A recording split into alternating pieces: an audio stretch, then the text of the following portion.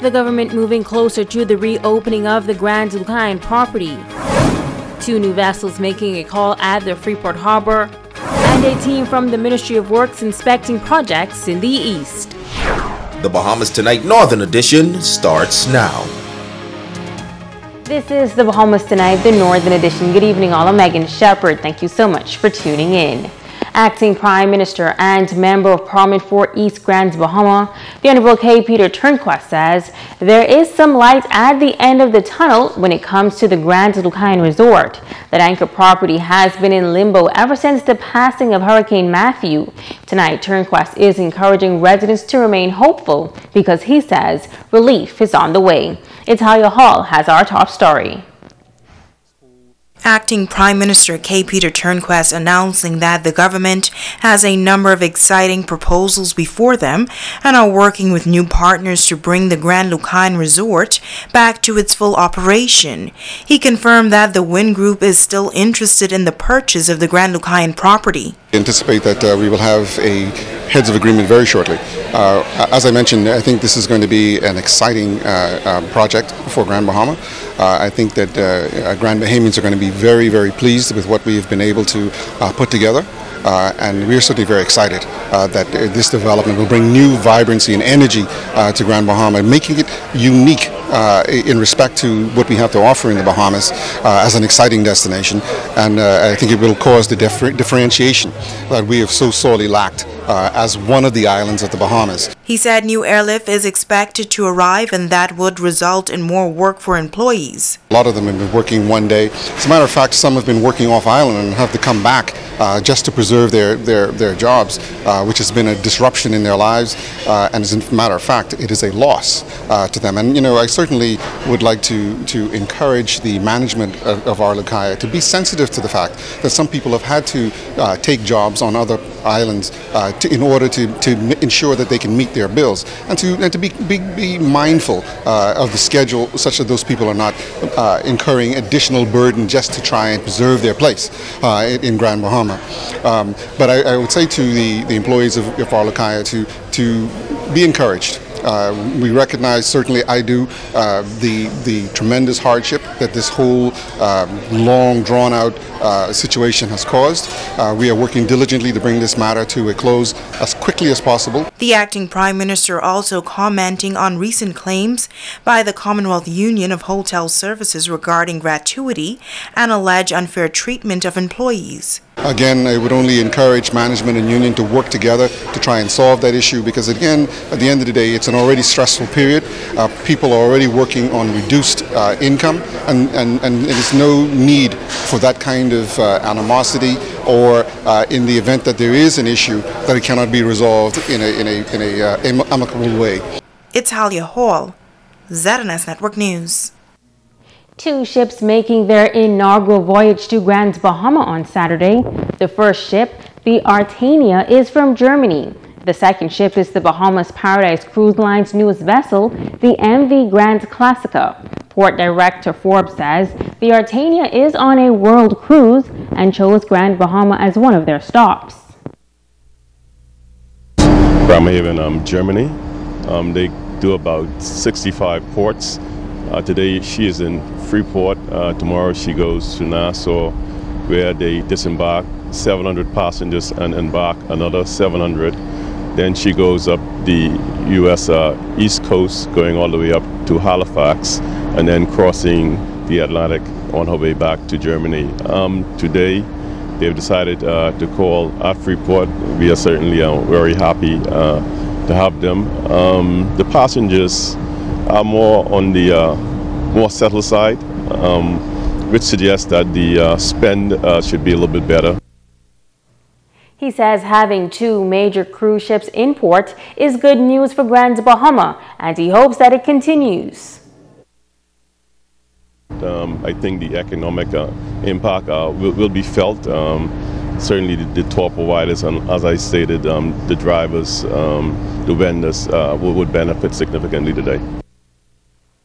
The Minister of Works and a delegation from the nation's capital wrapping up a 2-day visit to Grand Bahama. The minister and a team began the tour in the city of Freeport, then traveled to West Grand Bahama, and then East Grand Bahama was the final stop on the itinerary. Italia Hall reports, now on the projects inspected in the east. The first stop during day 2 of the tour was at the Smiths Point seawall. Now you may remember that the contractors who were working on the project were terminated. The government then brought in Wall Construction to complete the project. Now the minister says overall he is pleased with what he has seen thus far, and they are expected to be completed in June of this year. In my almost 1 year as minister, this is the project that makes me most proud. You'll recall that when I came as Minister of Public Works, this project was lagging. It was quite a bit behind time. I came down here and did a private visit, and I saw the condition of the seawall. I was not happy at all, and I have to say that our staff has made me extremely proud. The project work scope was changed by the original contractor, so we had to dig a footing that was into the water. The finish line for the wall itself is in sight, and we expect to finish by the first week in June. The original contract amount is about $4.8 million, and the wall extends in excess of 1,800 linear feet. It is an as-built project, and it was a very difficult project in terms of site conditions, and so it was something that was unique to us here in Grand Bahama. This is a wall that required expertise not seen before, and so we're very proud that we're reaching the point where we can now see the finish line. From there, the delegation drove to High Rock to take a look at the High Rock seawall. The wall was built back in 2004 by Smiths Construction, but is now falling apart. Ministry of Works engineer Anton Taylor says the seawall was not built properly. We have to remove the existing sidewalks, properly backfill and compact the material. Also, we have to when rebuilding the sidewalks, ensure that they are properly reinforced. You see in the wall further down is actually separated, and there are a number of issues which ought never to have happened. We're going to have to do some things to remedy this. But we're very, very concerned about the quality of work that we get from contractors with respect to seawalls and other protective mechanisms for the people of Grand Bahama and the people of the Bahamas. So it's important for us to appreciate what has happened with your tax dollars and the manner in which it's been wasted with shoddy workmanship, work that's not going to last. And we have to ensure that this doesn't happen again. The tour of East End wrapped up the Minister of Works' 2-day infrastructural tour of Grand Bahama. Italia Hall, ZNS Network News. Now, a massive egg recall in the United States is sending some consumers here on Grand Bahama into a state of panic. This past weekend, the U.S. recalled 207 million eggs in 9 states, including Florida, over salmonella fears. The recall includes the Sunshine Egg brand, and reports say that at least 22 persons in the U.S. have fallen ill. We spoke with the Chief Price Inspector with Consumer Affairs here on Grand Bahama, Reno Smith. He says there is no need for concern. Reached out to all of the food stores on the island, the major food stores in particular, and none of them are carrying the Sunshine Egg brand. There are some Sunny Eggs Up or some other egg product with the name close to Sunshine, and I think because of that, some persons were panicking. We've had a few calls. The lady indicated this morning that she ate 2 eggs and she was concerned about it. But the Sunny Shine or the Sunshine Egg brand is not presently being sold in any food store on Grand Bahama. Smith says the Consumer Affairs Department will remain vigilant and ensure that consumers are always protected. Want to assure the general population that we will continue to watch the U.S. market in terms of recall, because we know that that can affect the livelihood and indeed the lives of the Bahamian people. And so whenever there's a recall, especially food related, we will assure the general public of the position of the Bahamas government, or in particular the Consumer Affairs Unit of the Ministry of Labor. Switching gears now, all agencies within the police force have a role to play in the fight against crime. When it comes to the Information Technology Unit, officers are responsible for ensuring that all technical systems, networks, and pieces of equipment are functioning properly. Tonight, we go inside the force and take a look at the IT department.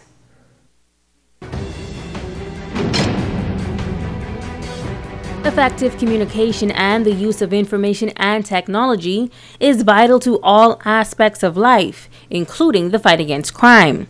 Assistant Superintendent of Police in charge of the IT and Communications Department, Marlene Grant, says from a technology perspective as it relates to crime, they are often called upon to assist in investigations that involve technology, such as cell phones, CCTV, laptops, or DVRs. Their responsibility is to extract information and present it to the courts or investigators. Most of the crime scenes that have CCTV or any form of data retrieval that comes from our office, we do that retrieval and we also do the analysis of the data that is collected. In order to provide accurate and useful services, these officers often undergo a number of training courses and programs. Corporal Kaz Wallace says that this department has afforded him a number of educational opportunities.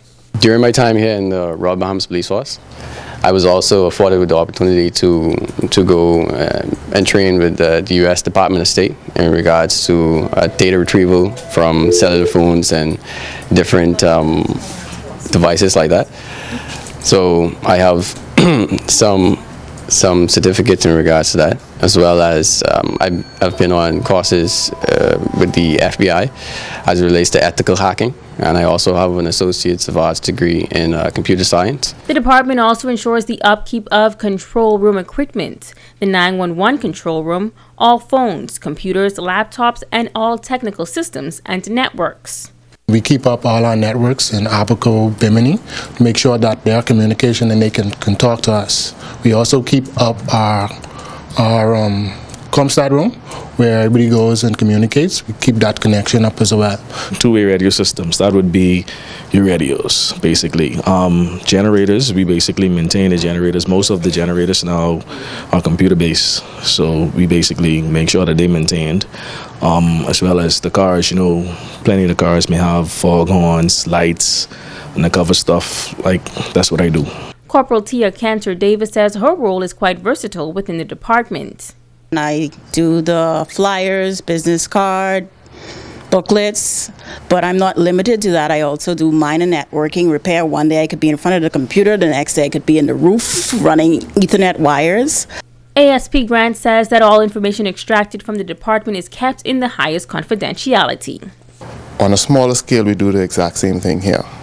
We can retrieve the data from your phones, we can analyze it, we can present it to the investigator. And I think the scary thing is for a lot of people is that, okay, what happens to that information once we go through it and we get it? We only take off what is needed. What we don't need, we don't keep, okay? So integrity is very important from this office. Stay with us, the Bahamas Tonight. The Northern Edition continues in just a moment.